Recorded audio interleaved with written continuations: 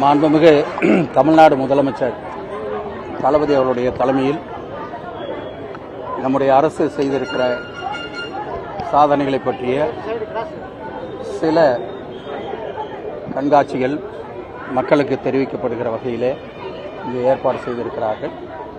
அதிலே புகைப்பட கண்காட்சி முக்கியமாக இருக்கிறது. அதிலே என்னென்ன திட்டங்கள் மாண்புமிகு முதல்வர் அவர்களால், அதேபோல் நம்முடைய மாவட்டத்தில் மாண்புமிகு விளையாட்டுத்துறை அமைச்சர் உதயநிதி ஸ்டாலின் அவர்கள் வந்து இங்கே நிகழ்ச்சியில் கலந்து கொண்டார்கள்.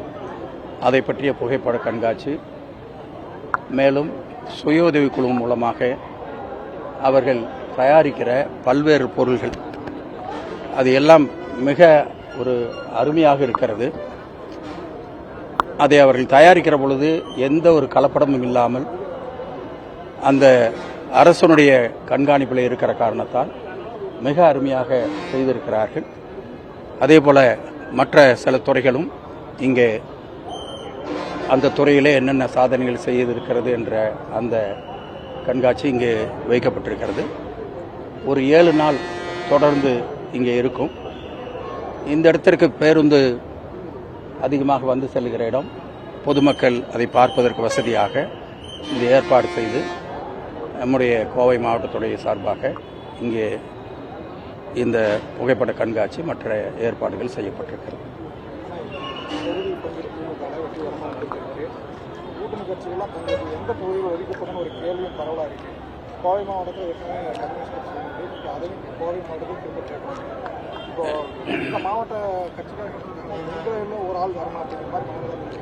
இல்லை, அது வந்து தலைமையில் என்ன முடிவு செய்கிறாங்களோ அதுதான் முடிவு.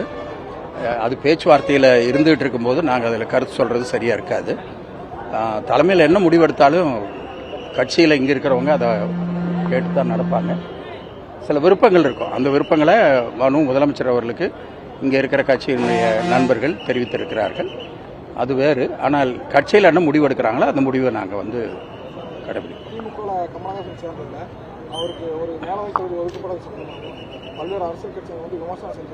இல்லை, எதையுமே விமர்சனம் செய்யாமல் யாரும் இல்லை.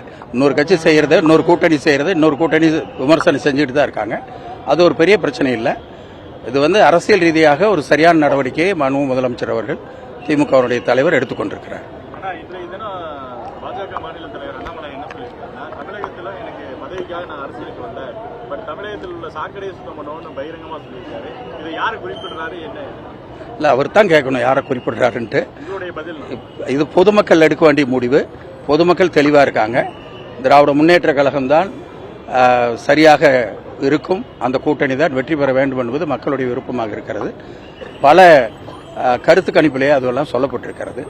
எங்களை பொறுத்தவரை மக்களுக்கு என்ன பிரச்சனை இருக்கிறதோ அதை தீர்க்க வேண்டும் என்ற ஒரே நோக்கத்தோடு தான் செயல்பட்டு கொண்டிருக்கிறோம். எனவே அந்த வகையில் அவர் என்ன சொல்றாருங்கிறத பற்றி எங்களுக்கு கவலை இல்லை. மக்கள் என்ன நினைக்கிறார்கள் என்பதை பொறுத்து தான் எங்களுடைய நடவடிக்கை. அண்ணாமலை தொடர்ந்து விமர்சனம் வச்சுட்டு வராரு.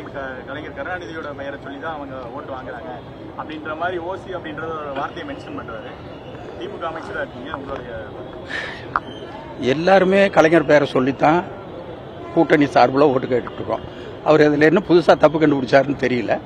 அதனால இதெல்லாம் ஒரு குற்றச்சாட்டு, அதுக்கு ஒரு பதில் சொல்லிட்டு இருக்கிறதெல்லாம் தேவையில்லாத வேலைன்னு நினைக்கிறோம். இல்லை, அதுக்கு வந்து உன்னுடைய ஏற்பாட்டை வந்து மாவட்ட நிர்வாகத்தினுடைய சார்பாக அங்கே தலைமையில் பேசியிருக்காங்க. அதுக்கு என்ன ஏற்பாடோ அந்த ஏற்பாடு கண்டிப்பாக செய்யப்படும்.